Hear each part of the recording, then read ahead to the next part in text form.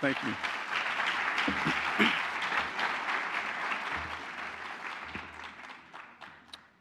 I am so glad that we live in the United States and not the United Hates.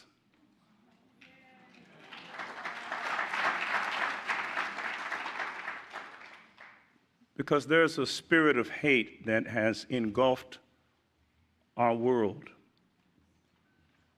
The great German pastor Martin Niemöller was asked, why didn't anyone speak out against Hitler in Germany? And Niemöller said, because first, Hitler came for the Jews. And since I was not a Jew, it did not affect me. Then he came for the gypsies. And since I was not a gypsy, it did not affect me. Then he came for the trade unionists. And since I was not a trade unionist, it did not affect me. But then he came for me. And after coming for me, there was no one left to say anything. It's interesting that the word evil, spelled backwards, is live. And we have a decision to make in our world, whether we will specialize in evil through atrocities, or whether we will be a nation, a world that truly believes in life. My name is Kevin Cosby, and I am the pastor of St. Stephen Baptist Church and the president of Simmons College of Kentucky, which is the premier HBCU in these United States.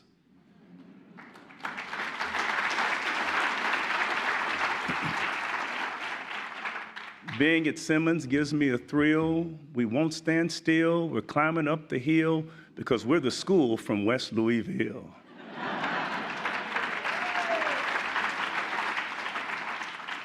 But not only is Simmons the school from West Louisville, David Jones Sr.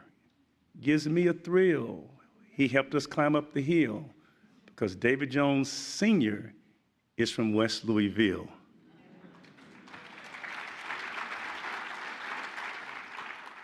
There's a reason why we have gathered here tonight at this stage and under the umbrella of the Kentucky Authors Forum.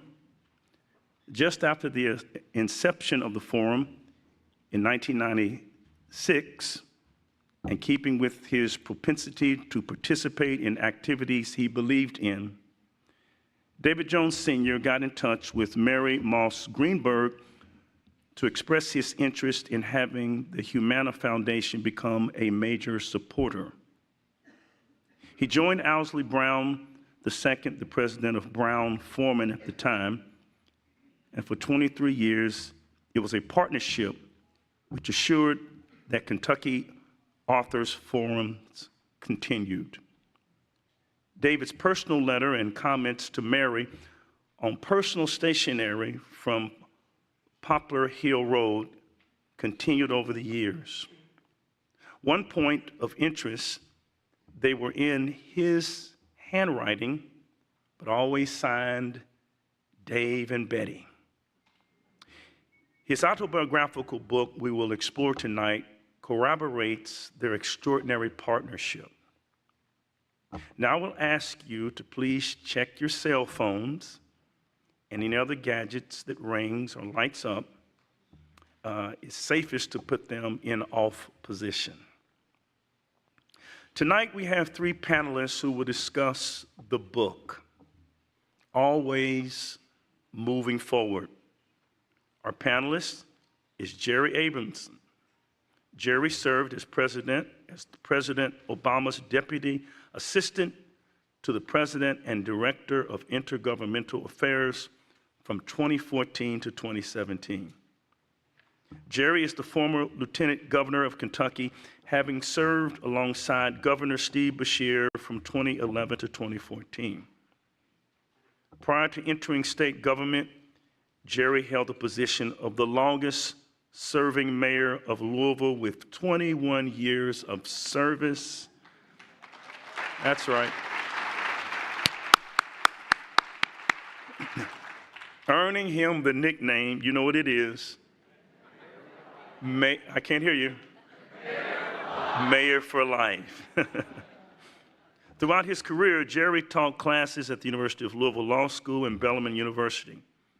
He currently holds the position of executive in residence at Spalding University. In addition, Jerry guest lectured often at Harvard University, Kennedy School, Indiana University School of Public and Environmental Affairs, University of Louisville School of Urban Affairs, and Boston University's Initiatives on Cities. Please join me with a vociferous welcome of Jerry Abramson.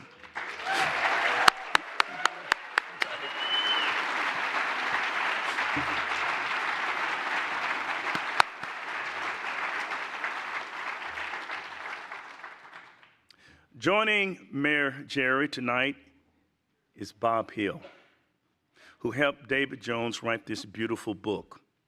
Author and journalist Bob Hill wrote 8 books and more than 4,000 columns and feature stories in a 33-year career for the Louisville Courier Journal and Times. His books include collections of his columns, several gardening books, A History of the Louisville Slugger Bat, and Double Jeopardy, Obsession, Murder, and Justice Denied, a story about Louisville, Kentucky, a Louisville, Kentucky man who got away with murder, the victim's body and evidence of the murder found after his acquittal. Hill won many local and national awards for his writing and was honored by the National Society of Newspaper Columnists with the Ernie Pyle Lifetime Achievement Award for his writing and for helping with the creation of the organization. Would you join me now in welcoming to the platform Bob Hill?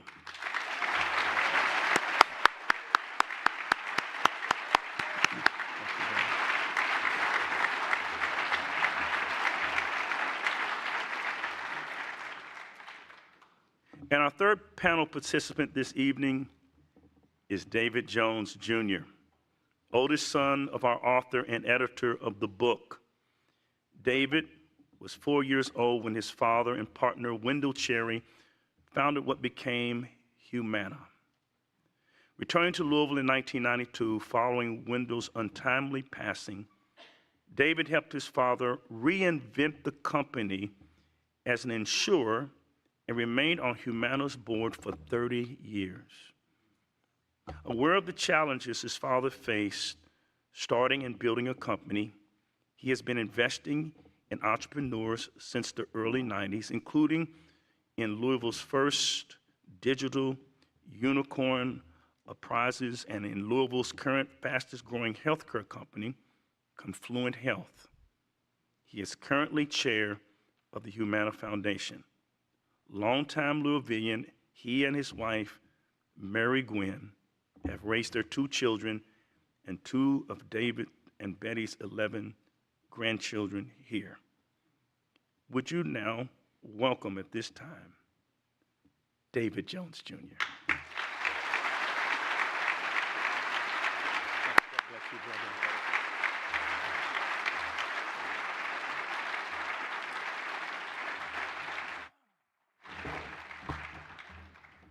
Okay, can you hear me okay?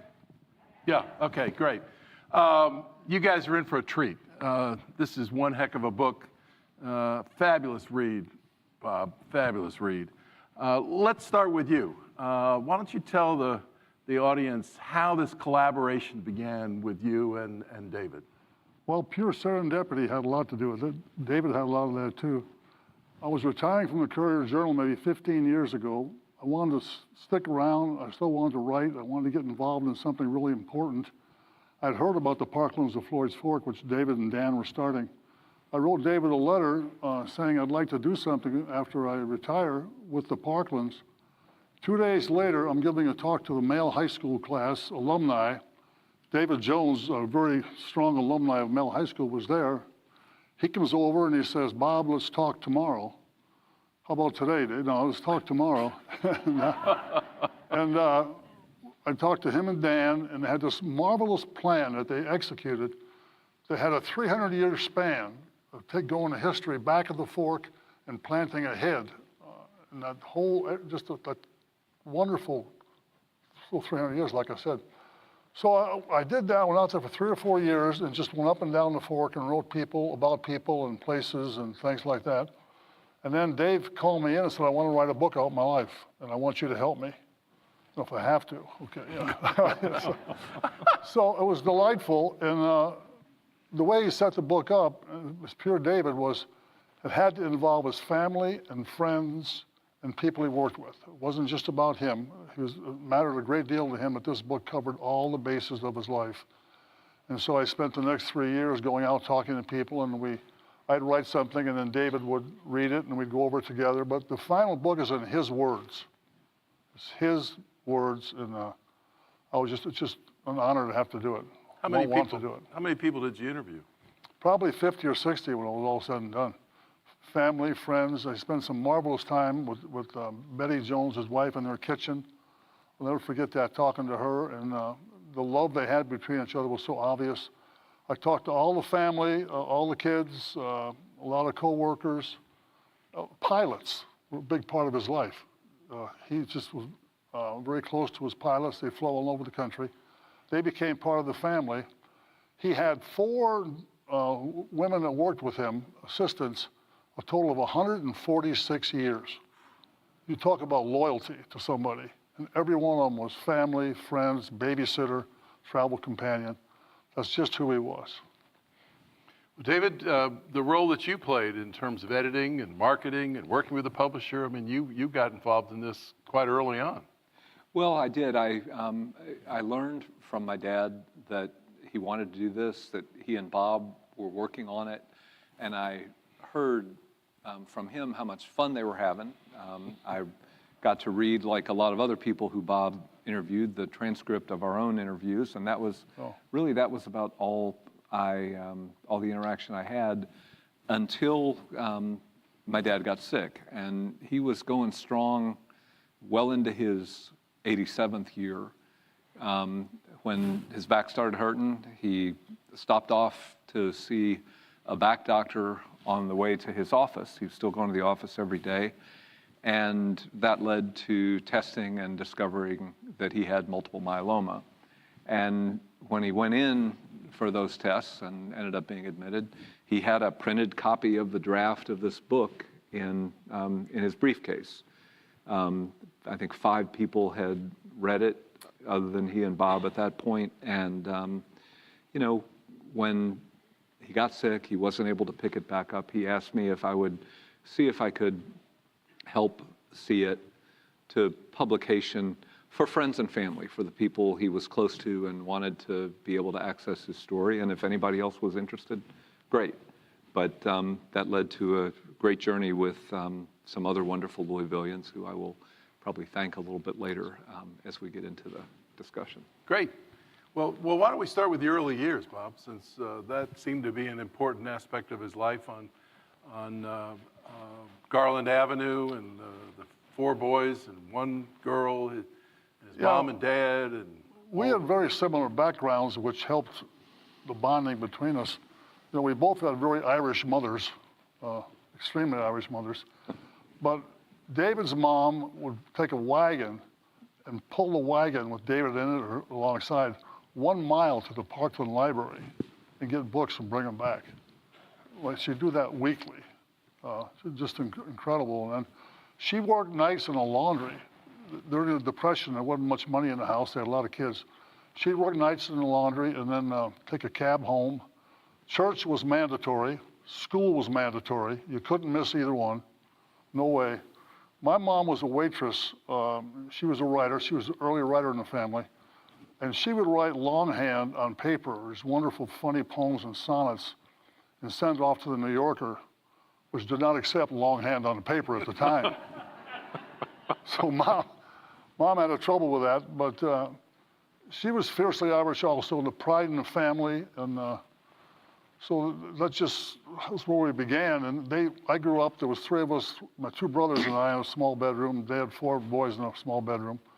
So David went to public schools, very proud of that. He went to public schools, and then he went to Male High School, as I said. Then he went to the University of Louisville on a Navy ROTC scholarship. They didn't have any money. Again, serendipity, he was at U of L for some reason, saw a notice on a bulletin board about Navy scholarships. And he spent 3 years at school, and then he'd cruise in the sea in the summers. And he said it was the greatest thing that ever happened to him because you learned management skills when you're 18, 19, 20 years old while you're in the service. You're in charge of 45 guys.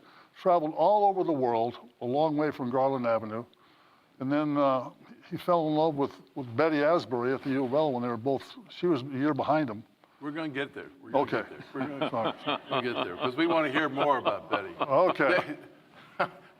David, when Bob starts talking about the boys, I was taken by 2 things in the book. One was that 4 boys lived in one room, and your aunt lived in the other room. 2 aunts. 2 aunts. 2 aunts, yeah. And then your grandparents lived in the dining room. Yeah. And literally, which they slept in at night and became the dining room during the day. I also thought it was, Bob, you didn't mention it, the idea, what happened every time a Jones child was born to your family? Yeah. Well, I don't know. I wasn't there. Yeah, I know. All right, Bob, what happened? What did he tell you about that, Bob? 1 more library card. His mother went and got a library card the every first kid. week the Yeah. kid was born, which Yeah, was impressive. that's right. Was amazing. impressive. And the wagon thing, just amazing. Yeah, taking that wagon to that library, which is now going to be reopened, I think. Yeah, I saw that. And you also, during that period, was a sort of a boxing thing that he got engaged Oh, yeah. in.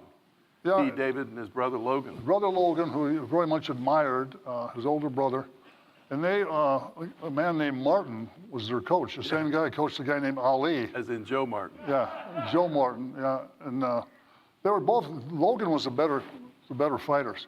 But the neat thing about that back in the day of strict segregation was they were fighting with and against black fighters. So he learned a lot there early on to deal with that. Trained at the Chestnut Street Y. Yeah, and then with Spalding now, the Columbia Gym. Columbia Gym. Yeah, right. So he did that for many years, and then he got over that. He too much in school and stuff, he couldn't fight anymore. Right. And he and his brother often walked from Garland Avenue down Broadway to the 3rd and Broadway.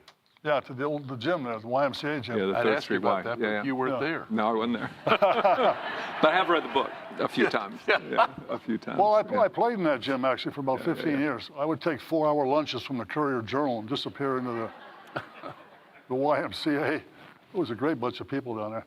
Yeah, they would walk down there, then they'd walk along Broadway and they'd go to the car dealerships. Yeah, what was the deal with the car dealership and Royal Bank and Trust across the street? Yeah, well, there was one on each side of the car dealers. It was funny, and if you didn't like the car over here, you'd go across the street and buy one over here. It's the same owner, but nobody knew it. So they'd walk up and they got a job handing out handbills in high school. And they'd get $1 for handing out 1,000 handbills. And they'd walk all the way across Louisville handing them out and then walking back home again. And what was the big deal about Male High School and his buddies? I mean, it seems like through the book, his high school buddies kept popping up. Oh yeah, and they did very well, a lot of them. In fact, one of them later on, I'm getting ahead of myself a little bit again, but that's how I got into the nursing homes. If you want to get in that already. Not yet. Okay, sorry. But you could rattle off some of the guys who he was hanging with. Patterson was back there. Jim Patterson. Yeah, Patterson Field at the University of Louisville. Juckett was a part of that crowd? Bill Juckett. Bill Juckett, yeah. Juckett was a Hoosier for a while, so he gets special attention. Yeah, but Well, the other thing in the early part of the book, David, you go through the Navy, you go through U of L, you go through the Navy, you go through Yale, you go through his businesses, but throughout the book, this family thing was really important to your dad, and his life partner, Betty, was really, really special. Yeah, I think reading the book, I don't know that I learned anything new about my dad's family. We were close. We always went, when I was young, we would go every Sunday to visit his parents, and, many of my cousins and my aunts and uncles were there. I hope many of them are in the audience tonight. We can't see the audience quite. All right. But That's one. But we did, the closeness of the family and the way my dad and his elder brother, pitched in early to work and support the family, in the Depression years. His dad didn't work much. Most of the people in the neighborhood didn't work much. And, without his older brother, he never would have been able to go on to Yale Law School, because Logan pitched in and took care of the parents. Sure. And helped them pay their mortgage, pay their bills. So the family closeness was very much a theme. When he met my mother at U of L, her parents were considerably better off. Her dad was an apothecary, a pharmacist, and her mom a teacher. They were in Crescent Hill, not West Louisville.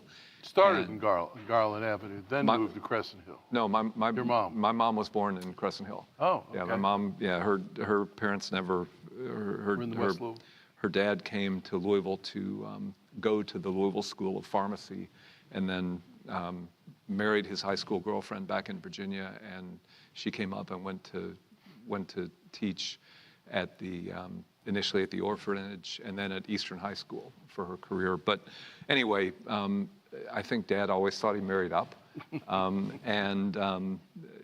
they were a great balance. They were they were compatible. They were deeply loyal to each other, and they kept each other on their toes. And they were great readers, and they loved the Kentucky Author Forum.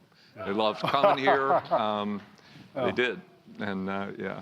All right, Bob, this is your time to talk about Betty. I mean, outstanding co-ed freshman at U of L, degrees up the gazoo, always working and educating herself and then others. All of the above. And then to fast forward a little bit, they got married, and then they lived, when they went to Yale, they lived in half of a Quonset hut, 22 by 24 feet. What's a Quonset hut? That's where I lived when I was born, but The old guy here. not everybody knows. They lived in a big metal shed, a rounded metal shed, 22 by 24 feet, heated by a Franklin stove. Wow. And Betty they arranged a babysitting thing. Most of it was vets. It was a really wonderful time in their lives. They met a lot of good people, made a lot of good friends. And Betty would arrange a babysitting club so they could go out on the little money they had. And they were right across from the Yale Bowl, the old football stadium, which was a big thing at the time. So David was very active in sports, and then again, it was just a wonderful life for them. Looking at it now, you wonder how they stood it, but that's all they knew. That's what they wanted. They were together, and they had 2 kids there. One of them sitting right here. The other one's named Sue, was born later. So imagine in college living in half a Quonset hut with 2 children, and loving it. And Betty made it work. Yes, she did. Yeah. Yeah, he was very proud of that. He wasn't, they were an equal partner. She helped a little bit when the businesses started, but in terms of being equal, talking to her, going back to sitting in the kitchen with her, it was just so much fun to be there. Just felt like home, just talking about the kids and all the rest of it. She was really special. Who wants to talk about the focus of the book on David and Betty's purchase of their second home? I'll talk about it briefly, if I can. Bob, you correct me if you heard more in the interview than made it into the book. But you mentioned, Jerry, they're walking, David, my dad, and Logan walking along Broadway to the Y and walking past the car dealerships and stuff like that. One of the relationships that started back then that they learned who owned those car dealers, and it was the Klein family, which eventually through the car business got into the banking business with Bank of Louisville. And The Bank of Louisville. The Bank of Louisville. And the Bank of Louisville, without Sam Klein and the Bank of Louisville, there would be no Humana. Yeah, because we're gonna talk about that there story. there were times along the way when, nobody would give these two scruffy guys from Louisville the time of day, but Mr. Klein did.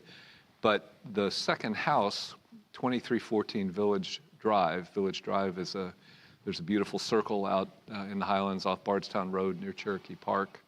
And my parents were invited by the Kleins to come over for a cup of tea.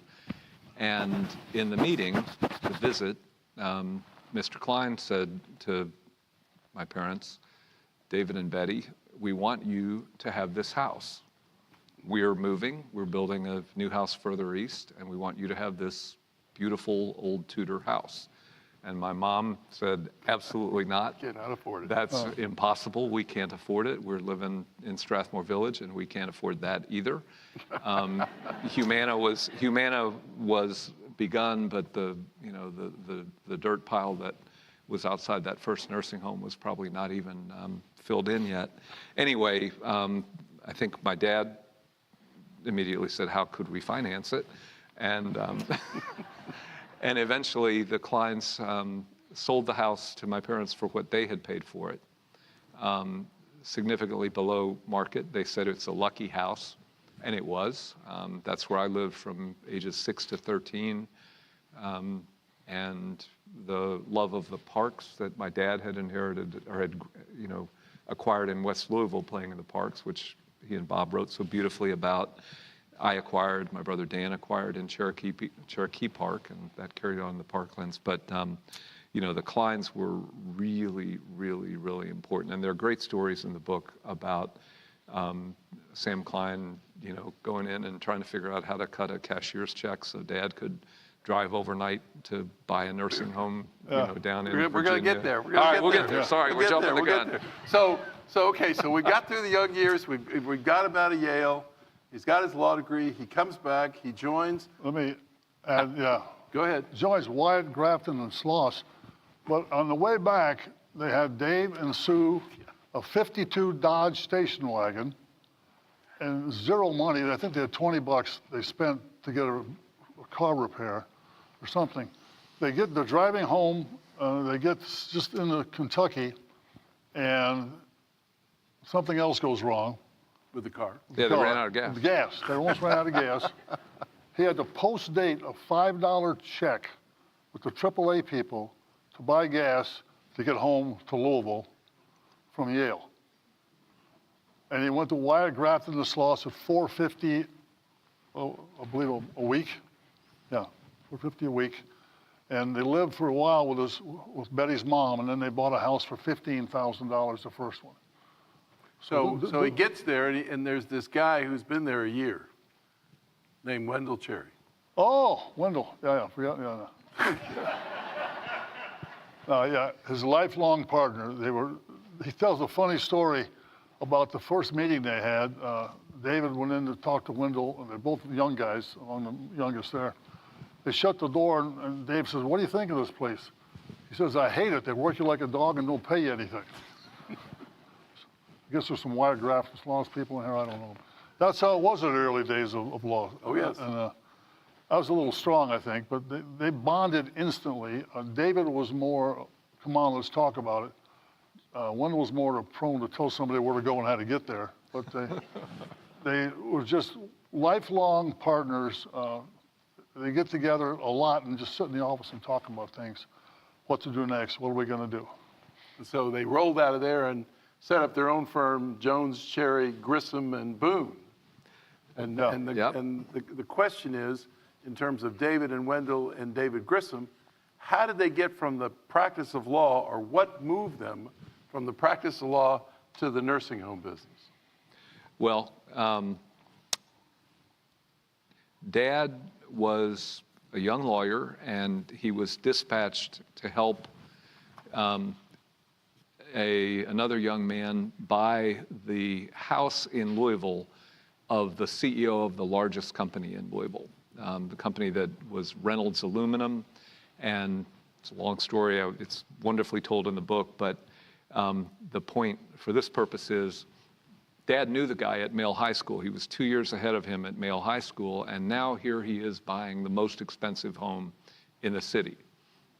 And Dad said, how in the heck, Brian, can you afford this home? I knew you, at Male High, you didn't have 2 nickels to rub together. And the guy says, Dave, I built a nursing home. It's a great business. So Dad runs back to the law firm after doing all the paperwork and getting the guy's house bought, and goes in and says, Wendell, we got to build a nursing home. And Wendell says, okay, let's do it. And they had done some real estate projects before. They were not, they had reasons from each of their personal histories, having a grandmother in my dad's case, another relative in Wendell's case, go into the old nursing homes of that day, which were pretty horrible. And so they had an idea that there was a need that they could meet. But it wasn't a giant market study, that's for sure. So how did they pay for it? Well, David borrowed $1,000 from Household Finance. Wendell borrowed $1,000 from his father-in-law. And they found 4 other local investors in Louisville. Each put up $1,000 apiece. And somehow they rolled this into totally trusting David. They found a guy who sold meat or something. I'm trying to remember exactly. We read the book, I promise. Yeah, read the book. You got to read the book. Caesar Bertolini, I think. A lot of facts, yeah. Bertolini. They put together this group, and they somehow built a $360,000 nursing home from this investment, and another $36,000 to fix it. Put things in it like chairs and beds and stuff. And the night before they opened, This was the one on Bardstown Road, Yeah. across Yeah. from what was the cinema. Across from Costco now. Costco now, yeah. the night before they opened, David Jones was in there building beds. They weren't quite ready to go with this thing. And then they went crazy for about 2 or 3 weeks trying to figure out what to do with the nursing home. And they finally hired a guy, I think his name is Elmer Schaffner or something like that. And then the light bulb came on. If you're going to get into something, find people who know what the hell they're doing and let them do it. And that was a lifelong lesson sort of right there. Yeah, there were 2, I think one of the other lessons I think that comes through in the book, they describe, my dad describes his and Wendell's perspective as we were starting with the confidence of total ignorance.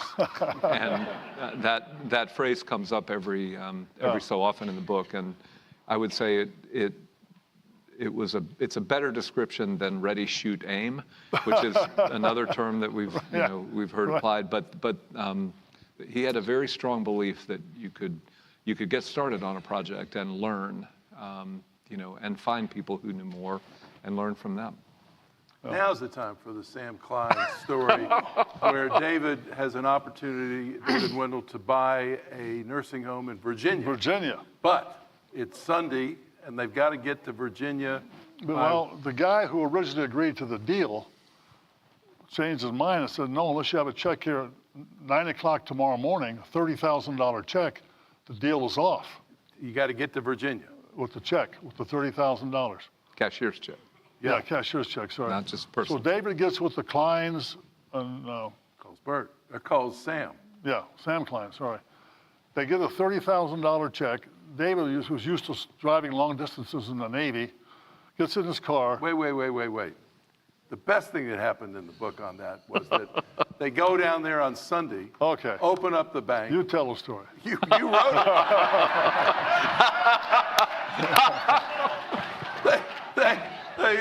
They go down on a Sunday.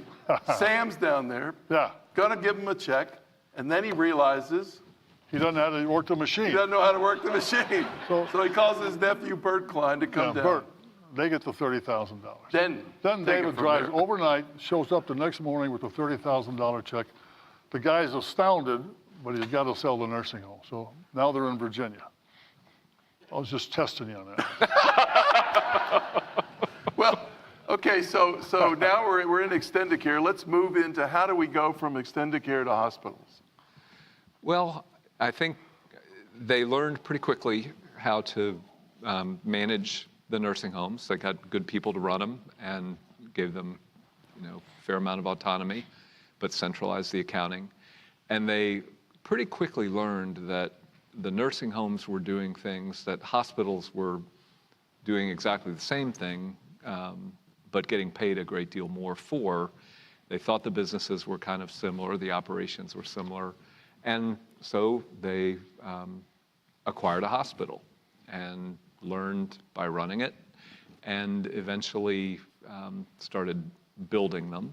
There's a lot of stories about certificate of need laws and regulatory change, and the business history of the book is interesting. One of the things about editing it, I learned was that anytime my dad and Bob had put a number in the book about how much something cost or what the stock price was or whatever, to the extent it could be verified, the numbers were always right. His memory for numbers was kind of amazing. Yeah. But they got going on the on the hospital business, and then decided that they should focus on that. And so they sold the nursing homes. Along the way, there had been a public offering of Extendicare's stock when they had, I think, 8 nursing homes and $2 million of revenue. The stock started trading at $8 a share, went up within the year to $88 a share. On paper, Dad and Wendell were quite wealthy. And then as bubbles sometimes play out, the stock fell back to $4 a share. And the banks called their loans, and they had reason to be looking for businesses in addition to the nursing homes. But that was how they got into the hospital business. And the Extendicare name is still on a nursing home company in Canada. They had some Canadian homes that are still up there. Yeah, they had the biggest nursing home chain in the country. They had the biggest hospital chain in the country before they got into insurance. And I had this mental image when Dave was talking about going to New York and going public. They came home with a $2 million check. Like, we won the lottery here, kids. Let's, it's just an amazing mental image of that. One was from Horse Cave, Kentucky. They called him Horse Cave Harry once in a while. And most of the first work was done by local Louisville people. Dave always said, you can build anything here that you want to build. You don't have to go anywhere else. And they did. They did. What was it, David or Bob, maybe you've got a perspective on it. As I read the book and began to sort of go through the litany of incredible people who joined David and Wendell, with David Grissom, with Ballard and Pollard and Kathy Mershon and Flynn and Nolan, Tom Nolan, may he rest in peace, and Margulis, Lamica, McAllister, Murray. I mean, all these people were just incredible intellects, knew their business, and it was a leadership team that I don't know how you ever compare it to another group. They were just the best. Well, they built something great together, and again, I know from stories. I know from one of the blessings of my life is I know most of those people, but I think a lot of it was they were hungry, they were young, they were breaking new ground. I think in every case that you mentioned, for their families, for their own, individual ambition and growth story. Some of them, the women executives, Kathy Mershon is a great example, was breaking glass ceilings before we knew to call them glass ceilings. Right. And so it was a great team. I think some of it had to do with the way my dad and Wendell managed. I think they both were, they were eager to give people with energy and promise the opportunity to do more. Anybody who could do one thing well got something else to do until they reached the level where they didn't. And they were also good at holding people accountable and saying clearly where things were supposed to go. So, again, I don't know what the magic of the early through the middle years were, but it really was an extraordinary team and an incredible blessing for Louisville that they were here, that they did it here. There were some stumbles along the way. They got in the mobile home business somehow. And I Yeah, think tell us about that one. David Grissom knows something There might be about somebody that. in the audience that Grissom, They remembers said he that was work. too good at it. Yeah, they thought, what the heck, we're doing well in this, let's try mobile homes. They knew nothing about it. They thought they were real estate geniuses. Yeah, and that didn't work not too healthcare well. people. When they first went into insurance, they lost $150 million, which is kind of a dent in the billfold. But they were doing so well then that they just took it as a lesson. They weren't charging enough for the insurance. Well, before we get into insurance, there were some other things that sort of stumbled from time to time, like Med First. Yeah, Which doc in was the the box. doc in the box Doc as in a the box stuff. concept? They tried that, and the doctors didn't like it because they were losing business. So that's one reason I got out of it. I think they were just kind of a break-even thing anyway. And they're back. I just went to one last week, more than you want to know. Yeah, they're called urgent care urgent- centers yes, now. urgent Urgent care care center. centers. It's a very And, large multi-billion They got my dollar name on the wall there, actually, but But then that didn't work. David and Belknap tried to resuscitate Oh, yeah, Belknap's a whole story in itself. Belknap hardware was a legend in its time. It was the biggest wholesale hardware in the country. They had a catalog with 110,000 items in it. That was before Google, you know. And it was totally It was that outdated. thick. The buildings didn't work. There was 14 buildings. There was all sorts of tunnels and things, old-fashioned ways. And some guy was trying to buy the stock. He wanted to buy the company and just, you know, bankrupt it and then sell the buildings and make money. And David didn't want that to happen. Belknap meant too much to Louisville. It meant too much to him. We're going to save this thing. So he put up like $45 million to save the buildings, to save the company, which went bankrupt anyway, and he lost that. But then being David, he put up $25 million of his own money to pay off the pensions that the owners would have lost, the people that worked there would have lost had he not done that. Yeah. And then they got the buildings, and then Presbyterian, you want to take that, David, the Presbyterian? Well, thing? I think, you know, he says in the book, and it is a good example, well, he says, fools rush in where angels fear to tread, and I was the fool who bought Belknap, and, you know, I think that that judgment is right. He also notes, some people say I'm a business genius. This disproves that. You know, I made a lot of decisions, luckily more good ones than bad ones, but that was a bad one. But sorry, what, the buildings or the Presbyterians? Yeah. So The Presbyterians, yeah, the Presbyterians, and Mayor Jerry knows the story. yeah. Well, Jerry, you should tell that you story. tell the story. Jerry was involved in Well, that story. we wouldn't have been able to make the pitch down in Biloxi, Mississippi. No, it We was gave them yeah, it started in Biloxi, I Biloxi, think. but That's then where went we out went down to Missouri, make yeah. the pitch Yeah, and went out against to New Kansas York City. and Atlanta and, Yeah.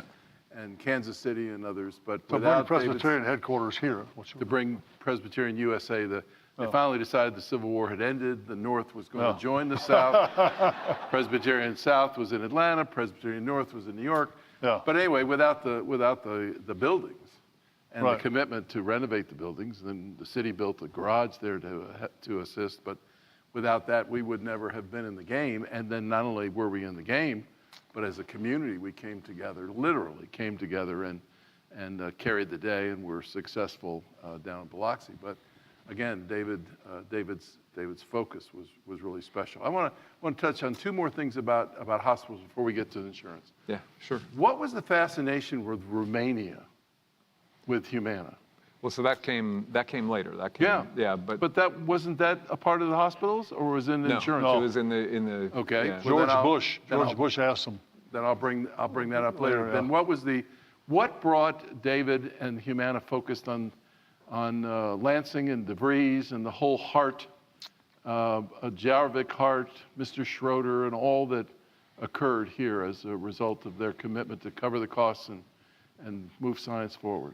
Well, I think they, you know, they had grown very large in the hospital business. They were neck and neck with Hospital Corporation of America in Nashville, who had the most hospitals, kind of on again, off again.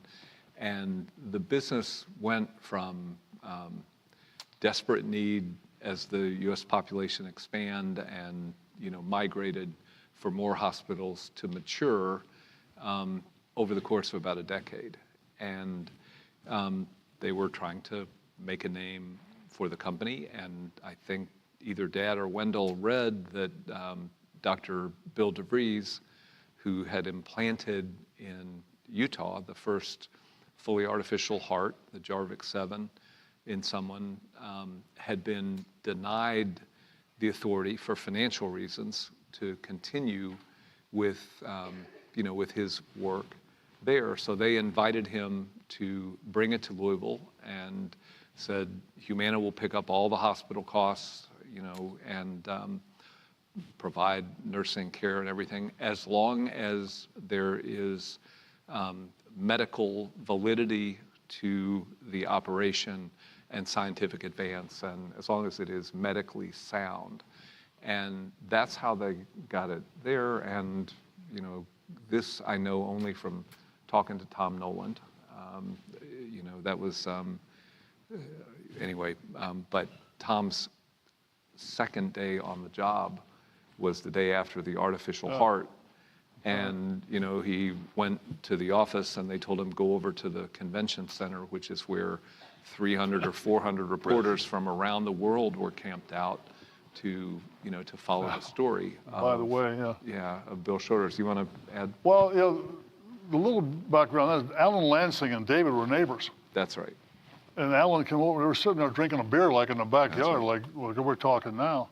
And Lansing mentioned the heart program he was involved in, how many kids, hearts he'd worked on, children he'd saved. And David got involved and they started flying kids from other countries into Louisville to work on their hearts, save these kids' lives.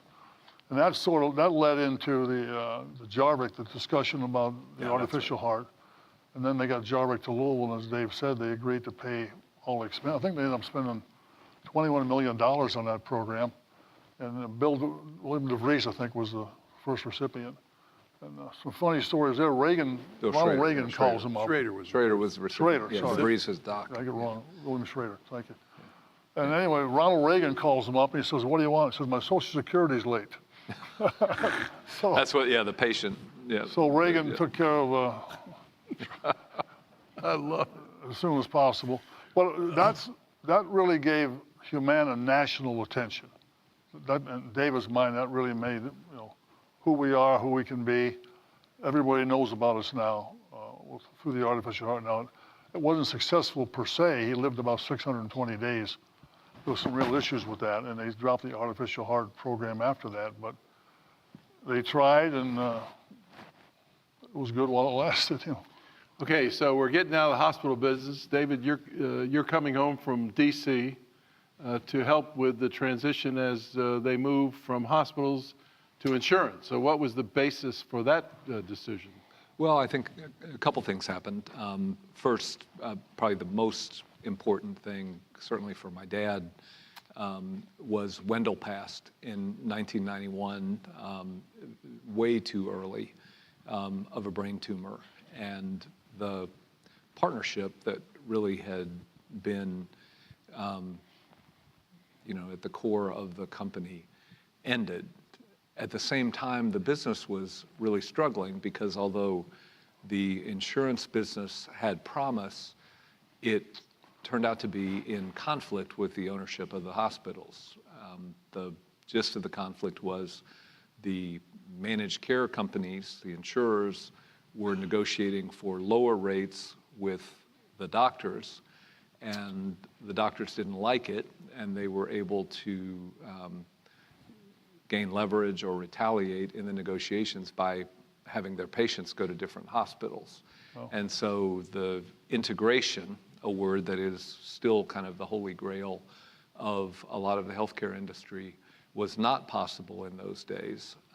And so after Wendell passed, Dad decided to separate the business into two companies. The hospital business had about 80% of the revenue and more than 100% of the profits, because the insurance company was about a $2 billion business, which for insurance is pretty small, and it was still losing money in 1992. But they separated the two businesses in 93, and what we have today in Louisville, it's still the same corporate entity, but most of the employees, and again at that stage, all of the profits went with the hospital company, which eventually was acquired, and then acquired Hospital Corporation of America. Rick Scott, now well known as a senator from Florida, led the consolidation of the hospital side. So anyway, more than you wanted to know, probably. Well, so it's now okay. Can we talk about the fascination with Romania? Well, Absolutely. one more thing. The title of the book is Always Moving Forward. And nursing homes, hospitals, insurance, moving forward. That's the way it was. Yeah. I never came away from that guy not feeling better than when I went in, because he was so enthusiastic and just a great guy. So Romania. Nobody wants to talk about Romania. Well, other than well, we won't talk about Romania. Virginia Kelly, she liked to talk about Romania. Judd. I think Virginia might be here tonight. Oh. I hope so. Okay, She is. Virginia, Hey, Virginia. Kelly. Judd, I've been trying to get him to talk about. So I'm happy to talk about Romania. So when the Berlin Wall fell, when the Soviet bloc evaporated, and Eastern European countries gained agency and were able to begin to rebuild, President Bush, the first President Bush, called my dad, who at that point was chairing a trade group in Washington, and said, Dave, do you think you could organize the American healthcare industry to help rebuild the health system in Eastern Europe? All these countries are a big mess. Dad called his co-chair of this Washington group, a fellow named Boone Powell, who was running the Baylor University healthcare system in Texas. And the two of them went on a trip they went to Poland, I think another country, and they went to Romania. And they concluded that Romania was the country with the deepest need. It was well known at that point for having a tainted blood supply where AIDS was being passed to anyone who got a transfusion. There were orphans who had been abandoned in the hospitals, and it was just a big mess. So my dad made 12 trips, is that right? Well, at least. At least to Romania. My mom went on many of them, I think Virginia.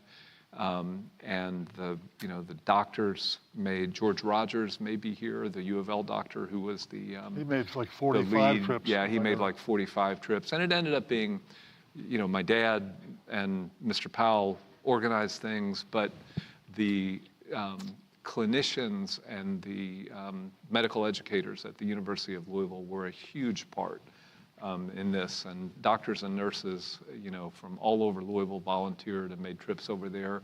And some of it was about teaching techniques, some of it was about helping purify the blood supply, get their hands around, the core, just basic hygiene elements.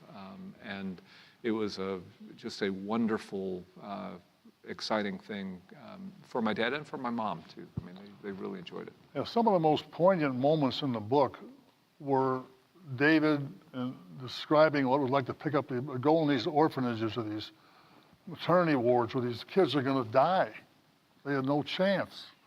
And what it was like to pick a baby up, and one doctor in particular picked up a baby that had turned blue. He knew what to do, whatever he had to adjust to save the baby's life right there on the spot. Just really a very, it got to me, reading it again, it got to me about how well, poignant if that I was. can take a moment just to note the designer of this book, Julia Comer, a wonderful graphic designer and artist here in Louisville, is a native of Romania who immigrated to the United States and became a Louisvillian. And back to that word serendipity that Bob used, Julia, thank you for the wonderful job you did with the book. So. Okay, Bob, tell us about.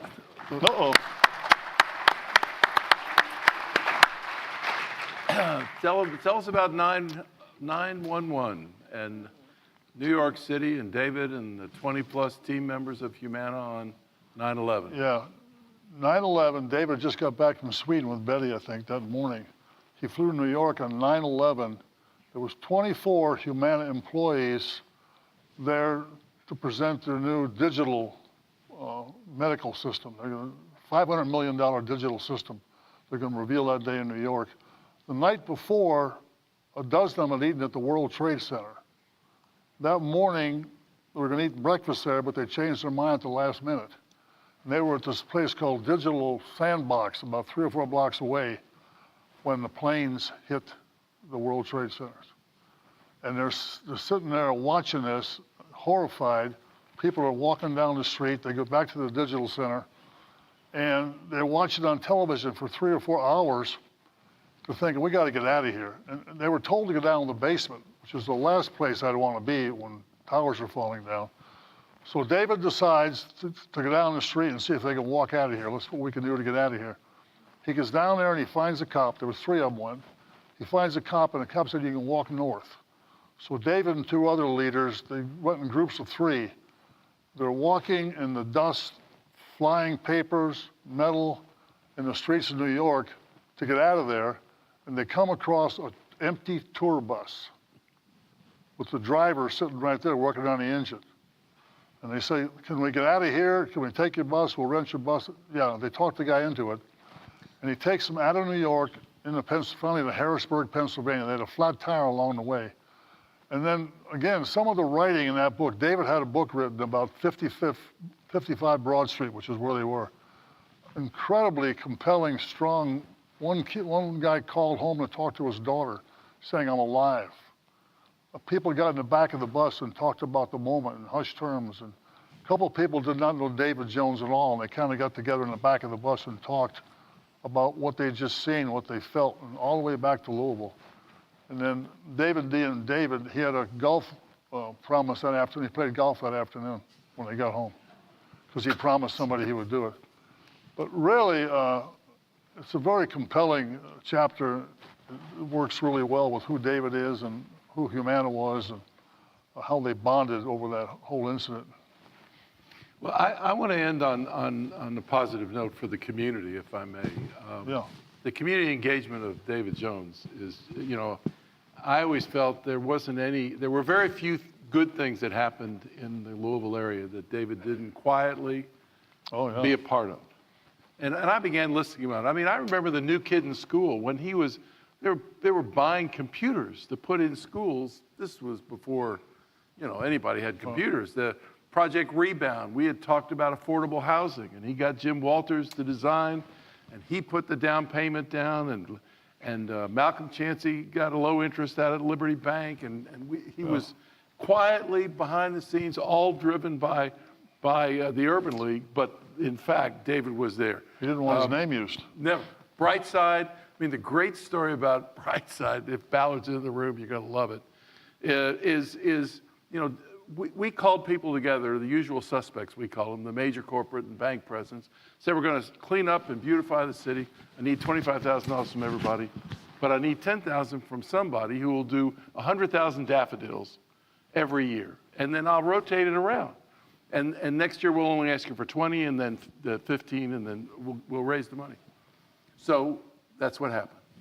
So I called Bill Ballard, who took the 10, said, we'll do the first 10 grand. So I called him up and I said, Humana want to do the 10 or we'll do what I said we'd do. I'll call Brown Forman or I'll call First National or Citizens. He said, let somebody else do it. I said, fine. 1 hour later, David came in my office to talk about something. And he said, Betty and I came in yesterday afternoon on a plane and drove down 65, down through the Spaghetti Junction, and those daffodils are just incredible. And I said, David, they're your daffodils. He said, I didn't know that. And I said, well, yeah, but Ballard told me you don't want to do them again. Within 20 minutes after he left, Ballard called up and said, you son of a gun, checks in the mail, and he took care of it. But you talk about David's involvement in the Presbyterians, you talk about David's involvement. We were trying to get a new subdivision in the old city limits, and he stepped up with Mockingbird Gardens and took a risk and sat there with not much going on after the first 3 or 4 homes that Carson built and left them there. And then, of course, Parklands with Dan. This room we're sitting in would not be here went for David Jones And and Wendell Cherry. Cherry. Yeah, no question. So what was it, guys, that made him so committed to his hometown and made him so committed to just an array of things that helped people of all types, all backgrounds, all experiences. I've got an answer, but you want to go Balls first, in my Bob? court, huh? Well, this is a cliche. It's just who he was. It's hard to really, his mother put this into him. He looked growing up around a segregated neighborhood and wanted to do something about that. He looked around Louisville all the time. What can I do to make things better? And he just did it. I wonder who the new David Joneses are in this city. And I worry about that a little bit sometimes. Who's the next people in line to do what he did and what they did? He didn't want his name on anything. You can't find a David Jones anything in this building or in the city. You're right. The Parklands, this building, the Humana building, the park name for the in-laws on River Road, Thurman Hutchins. Yeah, Thurman that's Hutchins, yeah. Thurman Hutchins Park. That's all David Jones, our family now. Well, I think it's we mentioned earlier the team of people who built Humana in the early years. I think my dad had a great love of seeing other people do their best work, and he had great mentors at Wyatt Grafton Sloss. He had an incredible time in the Navy. I think getting his eyes open to the rest of the world, but also think about the 1950s, really 52, 53, his first summer cruises. That's 7-8 years after the end of World War II. The U.S. Navy was, it had been created in the last few decades and was absolutely astride the world. So he had, I think, a pretty strong conviction that things can be built that change the nature of what was there before. He had great experience of working with people who learned to be fantastic at doing their job. And he just believed that if you act and start going in the right direction, you can learn how to do things better. So I think he had high expectations for his city based on his own experience, which was, no matter how crummy things are, you can build, you can get better. And his leadership skills, once he put his confidence in you, it was all over. Yeah. You're not going to let this guy down. And that just resonated with him. Bob, you're going to write this book, and you're not going to screw it up. I couldn't. That's how I felt. The hardest thing about writing that book was finding somebody to say something bad about him. It was hard to do. As a journalist, I felt somebody's got to say something bad about this guy. I have an They idea wouldn't about do it, and I started calling him Saint David. So David Kent, he said, keep looking. Well, so Bob, I think we have Mayor for Life with us. We should ask that question of him, because Jerry, you've got a great list there, but you work with my dad on a lot of things, and I'm not sure he was always quiet and subdued in all of them in the way you described. Do you have any examples? You mean like closing 3rd Street? Might you have ever disagreed on anything? We disagreed on, and I always seemed to lose. It just was, Having said that, he was always there for advice when I called. And he was always, anytime he wanted to talk, he'd never let me come to him. He wouldn't let me in the building. He'd come to City Hall. He said, I'll walk over to your office, in short sleeve, white shirt. Yeah. And talk to me about this or whatever. But we had one or two disagreements, and I lost them both. I mean, And I did find people that said he had a temper. He'd blow up at me, but he'd get over it pretty quickly. Wasn't like he was a total saint, but obviously he had a temper. He had to survive and what he went through. Well, we have gone through. First thing, as I said at the beginning of this event, you are in for a tremendous read. This book is so special, and David and Bob and David editing and working on it. I mean, it is really a wonderful read. So we've got about 25 minutes for question and answers. If Reverend Cosby, You there may he not have is. given your cue. Yeah. There he is. There he is. Okay. Well, thank you so very much. Let's give them a hand.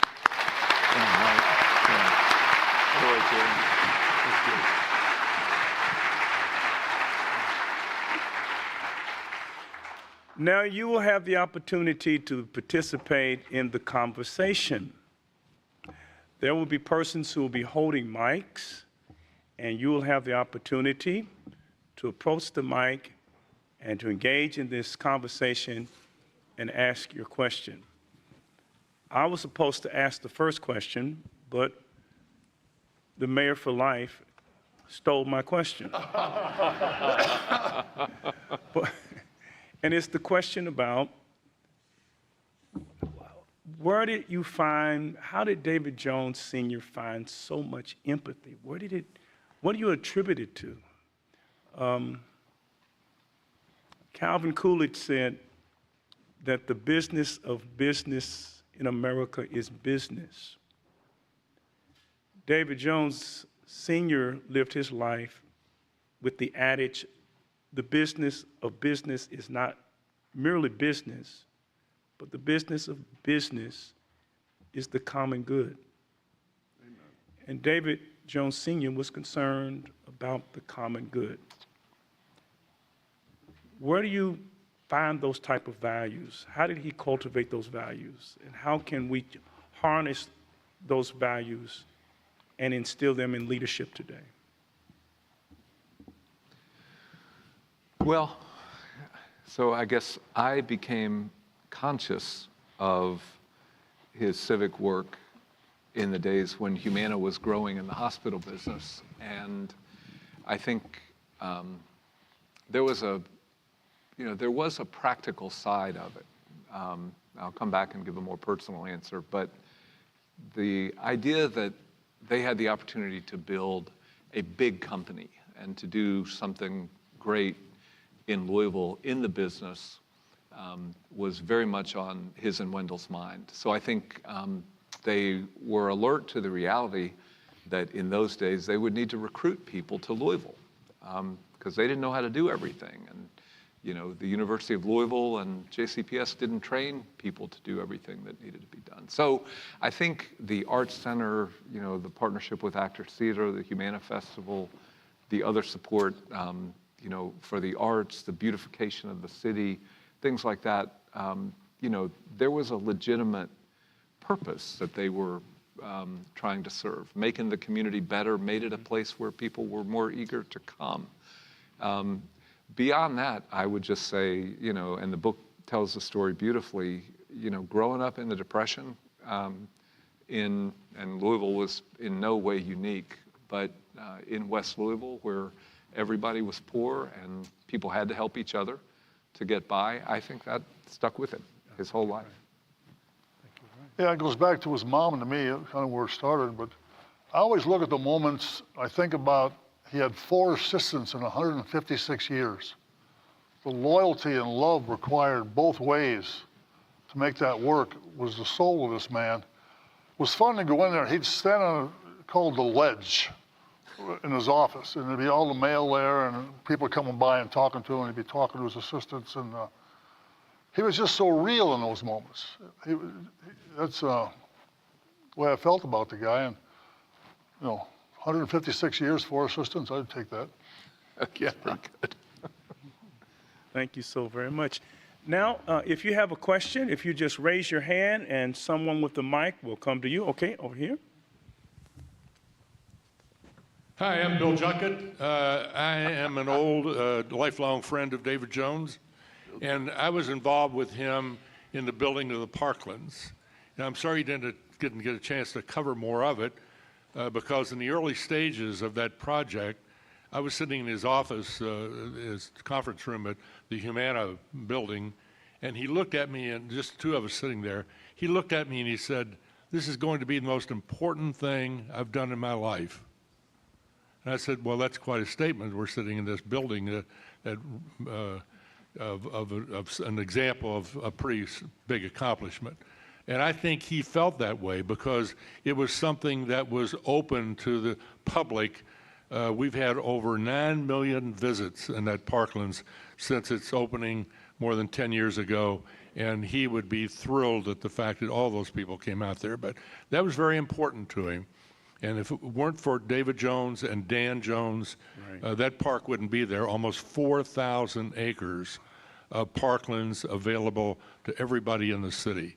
And he was very proud of it. And I think a major accomplishment.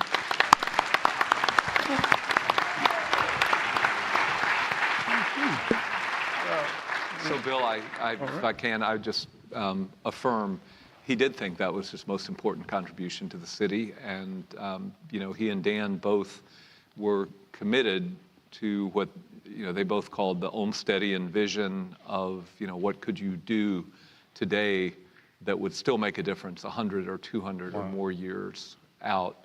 And building that beautiful space, he loved it. He put aside his beloved white and blue short sleeve Oxford shirt to wear the Parkland shirts, really for the last, 7 years of his life. He was never not out in public without the Parklands logo on. And it was a beautiful thing. And, I'm personally grateful to you and all of the other people who helped in so many different ways with getting that project envisioned and imagined. I hope Jim Walters is here, the cosmic architect, as he was called tonight. But Jim also had a huge role in that.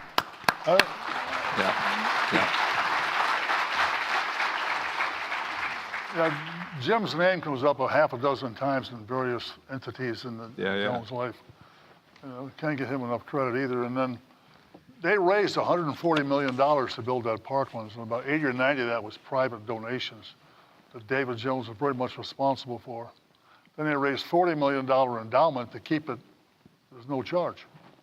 So it's a legacy that really meant a lot to him. And I want to tell you one quick story about David raising that money. He really worked at it, and he sent one of his friends a request for, I think it was $100,000. And he got a lot of those donations, but in this particular one, the guy mailed him a check for $10,000, I think it was about that. And we were sitting in a meeting, and he told us about this, and I said, "What'd you do?" And he said, "I mailed it back to him." I said, "You did? Mailed back a $10,000 check?" He said, "Yeah." He said, "I told him that maybe he misunderstood me. I wanted $100,000, and he got a $100,000 check in return."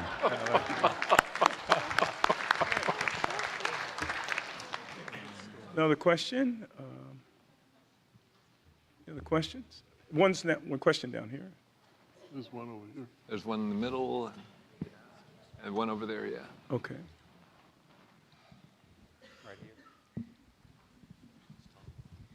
My name is Vivian Ruth Sawyer, and I can't help but contribute a couple of very brief memories because I worked for David for a number of years, and these are things that nobody else would know about, and I think they help. He was not a saint, but there are a lot of things that we all remember that might lend us to believe that. But the first thing is that I recall is that before Virginia so capably took over the Romanian project, when he first got the call from Bush about it, and we were surveying all these nations to figure out what would be the best place to do this work, he assigned Dr. David Rollo, who was the chief medical officer at the time, and myself to do all this research and come back to him with a recommendation.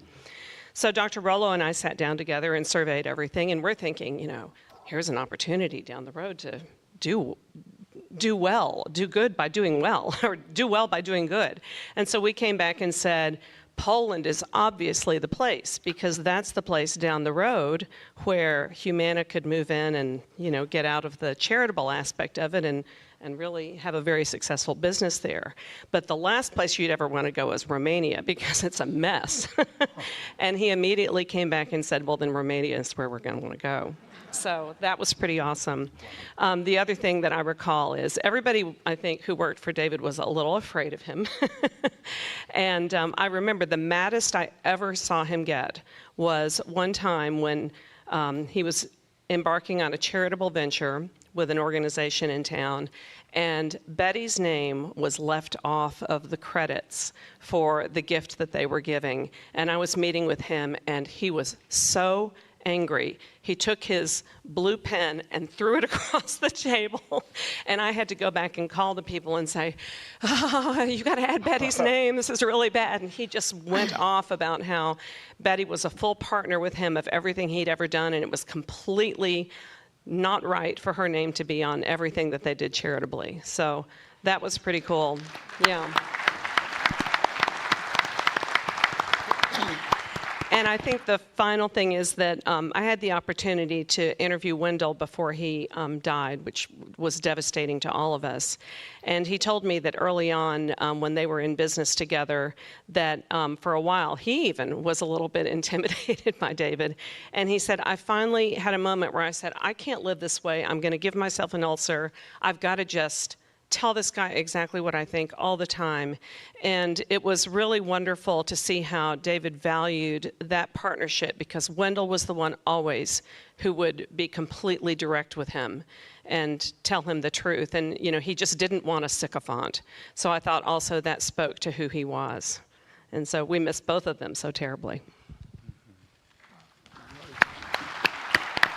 Yes, okay. Hi, I have not had the pleasure of reading the book, but I wondered, in the book, is there a story about the building of Audubon Hospital? And I know David Jones was very much a naturist and appreciated the Olmsted Parks growing up, and obviously with parklands. But I wondered, the Audubon story I know is an interesting one. I was part of Humana then, and I just wondered if it was part of the book. The development of how that came about, and with nature being involved, seeing the hospital in that setting, it was really different and unique for a hospital to do that in the 80s. And I just wondered. So the Audubon Hospital story is told only in part, and I wish that were in there. The part that is told is the origin story in the old St. Joseph's Hospital.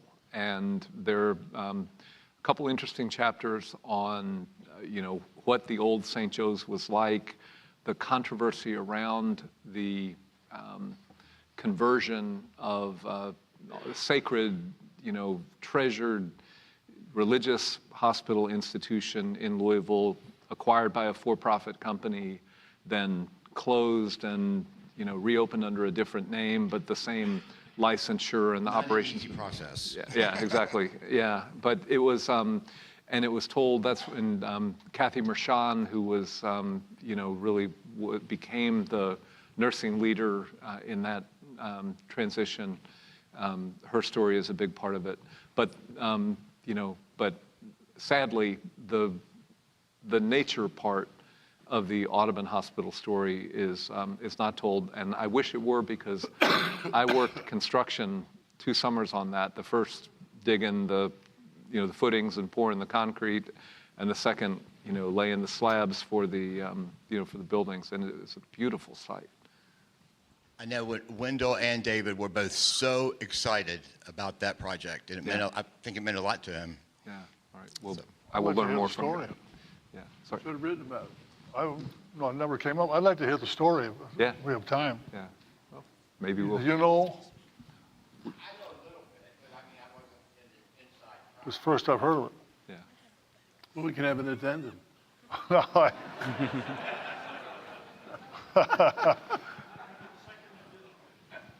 Second edition. Somebody. Yeah. Okay. Someone will know. All right. Where are we? Is there Another question. Kevin? I think over on the left. Okay. Someone, they have some right here. Okay. Could I speak to the Audubon story a minute? This is Jim Walters. Oh, Jim. Yes. Where are you? I'm here. Yeah.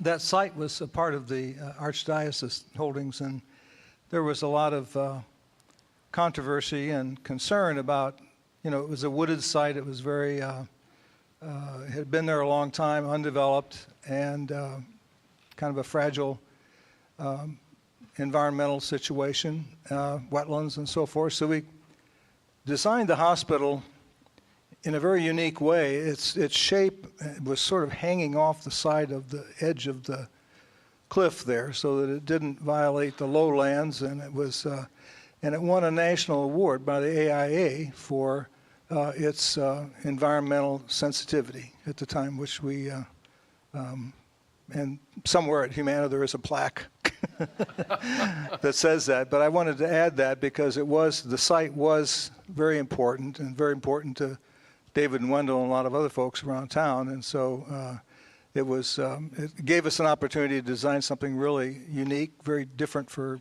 what Humana had been doing up until that time. And of course, I go back there now, and it's all been kind of expanded to the point where all that's kind of meaningless. But it was, at the time, very important, and everybody took a lot of pride in the sensitivity of the siting of it. Thank you, Jim. Well, and the homes that you designed for Project Rebound in West Louisville at the time for affordable housing was awfully unique. Jim? And the Waterside building, and so much more. Oh, Yes, okay. And the Humana building. Yes, and the Parklands, it was all over. yes. Yes, I had a question for Mayor Jerry. During your conversation a few moments ago, you had mentioned that there was a time or two where you and Mr. Jones disagreed on a couple of things, and you lost. And I was just curious if you could share one or two of those experiences. How much time we got? I'd rather tell you all the times he helped me, but the one that was so visible and Brother Jim Walters was very much involved in, and I'll tell you quickly how it happened. We were told by convention trade show goers that you needed a first floor for a convention center downtown that was contiguous for, 250, 300,000 square feet. If you're going to be competitive with Cincinnati, Columbus, St. Louis, et cetera.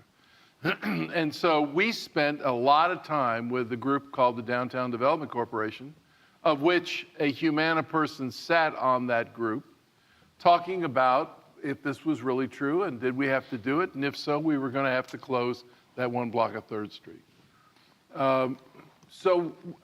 We went and presented, anybody would listen to us, we presented why and how come and how it would work. Then I get a call from David Jones. He'd like to come see me. Okay. So here he comes, and he says, I just heard about this closing of 3rd Street.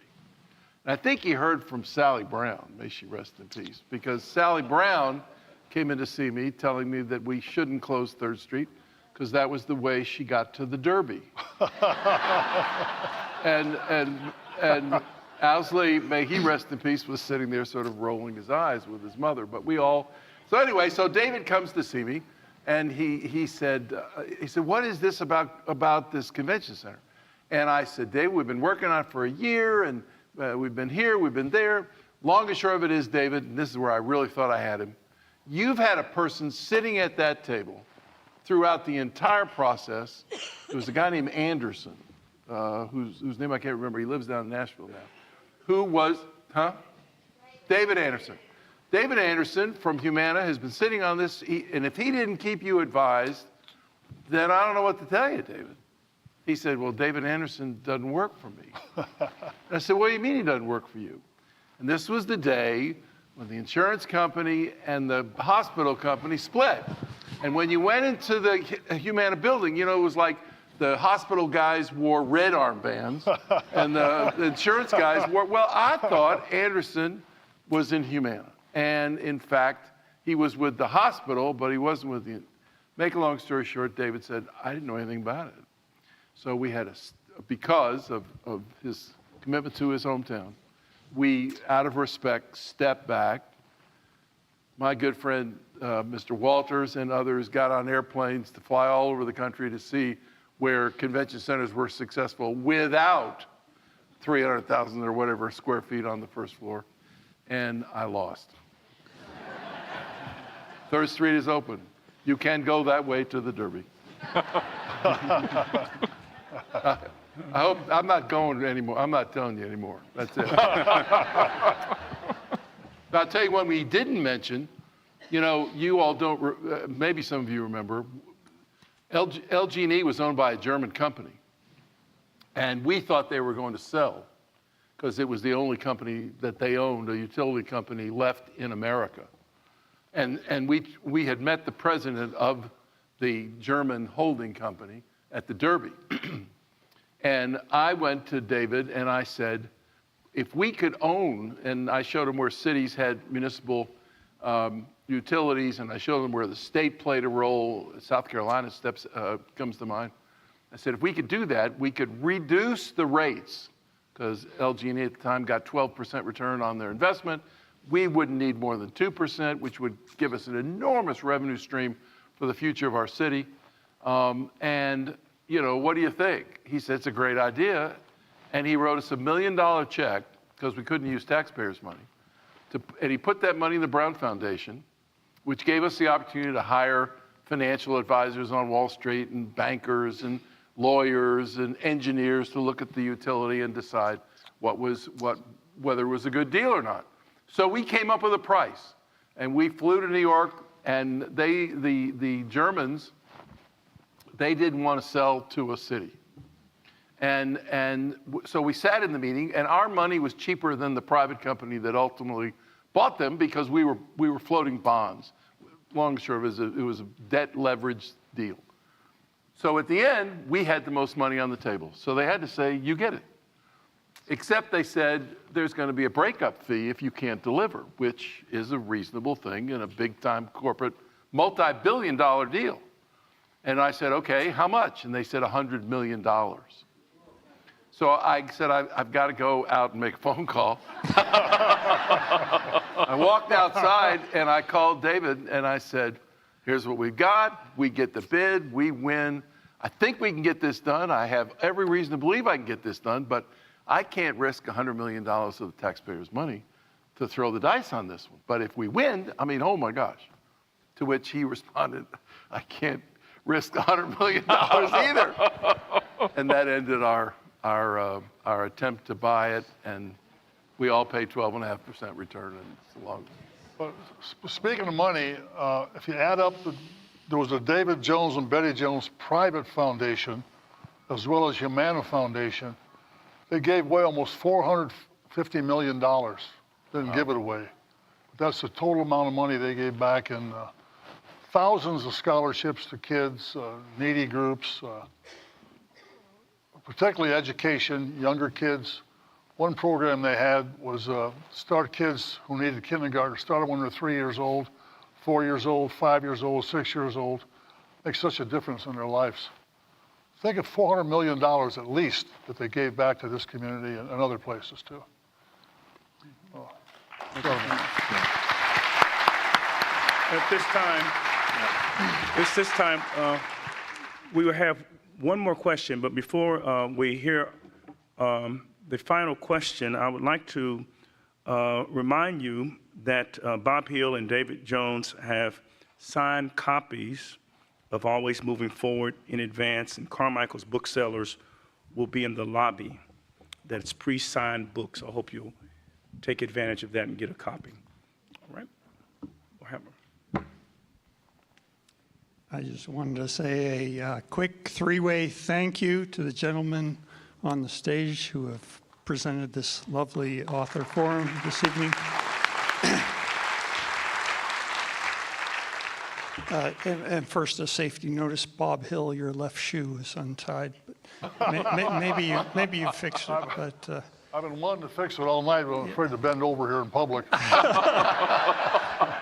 I thank Bob Hill for his great writing over the years, and I look forward to reading this book.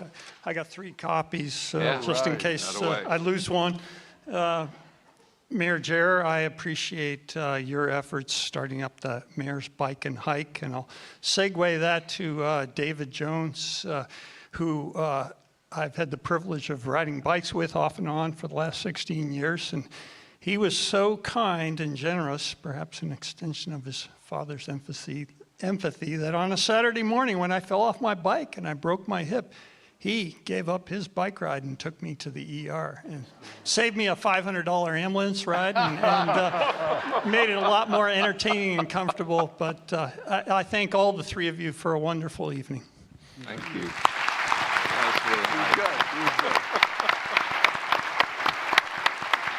Again, would you join me in thanking our special participants in helping us learn more and appreciate David Jones Sr. Once again, thank you so very much.